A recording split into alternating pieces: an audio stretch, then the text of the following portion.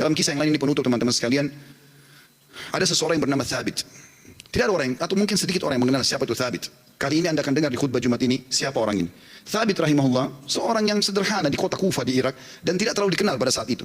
Tapi dia termasuk orang yang bertakwa kepada Allah subhanahu wa ta'ala, orang yang miskin.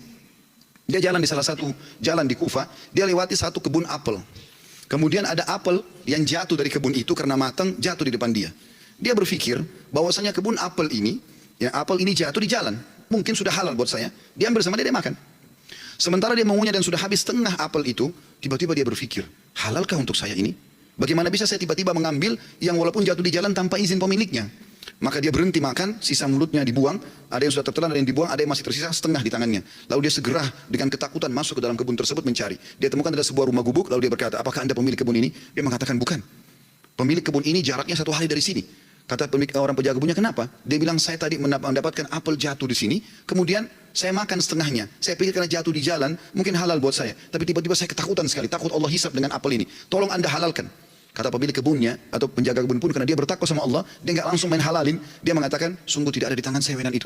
Pemilik kebun ada 1 hari dari sini. Kata Thabit rahimahullah, demi Allah saya akan datang ke sana. Jalan sehari semalam jalan kaki, hanya untuk mencari kehalalan setengah apel yang sudah dia makan. Karena takutnya dihisab hari kiamat. Begitu dia datang ketemu sama pemilik kebun itu, kemudian pemilik kebun itu, ditanya sama dia, Thabit bertanya, apakah anda pemilik kebun yang ada di sini dan di situ? Dia mengatakan iya. Dia bilang, saya jauh-jauh datang sehari semalam perjalanan, karena kemarin kejadiannya begini. Saya temukan ada apel jatuh satu dari pohon anda di jalanan, lalu saya memakannya karena saya lapar. Kemudian saya tiba-tiba ketakutan pada saya sudah makan setengah. Setengahnya sudah ada, sebagian saya makan, sebagian sudah saya buang, ini setengahnya tersisa. Walaupun sudah busuk saya tetap bawa. Tolong halalkan. Orang tersebut melihat halal gitu. Lalu kemudian dia mengatakan, pemilik kebunnya mengatakan, apakah kau jauh-jauh datang untuk itu? Dia bilang iya. Kata pemilik kebunnya, saya akan halalkan sama kamu tapi dengan satu syarat. Kata Thabit, apa syaratnya? Kau harus nikahi anak saya. Kata pemilik kebun itu, kau harus nikahi anak perempuan saya. Tapi kau perlu tahu sebelum kau nikahi, anak saya itu tuli, nggak bisa mendengar, bisu nggak bisa ngomong, buta nggak bisa melihat, dan lumpuh nggak bisa bergerak. Kata Thabit rahimahullah, dalam kisah ini, saya pun berpikir pada saat itu, kalau memang untuk menghalalkan setengah apel yang saya makan dan saya lepas hisab hari kiamat dengan cara menikahi wanita yang buta, tuli, ya, bisu, juga lumpuh ini, maka saya akan melakukannya. Maka kata Thabit rahimahullah, orang itu tidak tunggu waktu, dia langsung panggil 2 orang saksi, dia minta, ya, dia mengatakan saya nikahkan kau sama anak perempuan saya Fulana binti Fulana, lalu menikahlah dia. Kata Thabit, lalu saya disuruh masuk ke ruangan untuk bertemu dengan istri saya.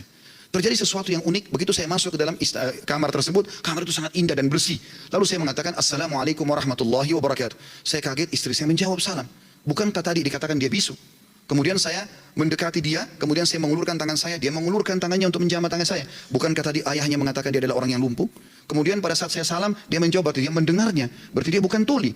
Lalu saya mengatakan, tadi waktu saya ditawarkan nikah sama ayahmu, dikatakan kau itu buta, kau itu tuli, kau itu bisu, kau itu lumpuh. Tapi kau bisa jawab dan dengar salam saya, kau jamah tangan saya. Bagaimana penjelasannya? Kata perempuan tersebut, benar perkataan ayah saya.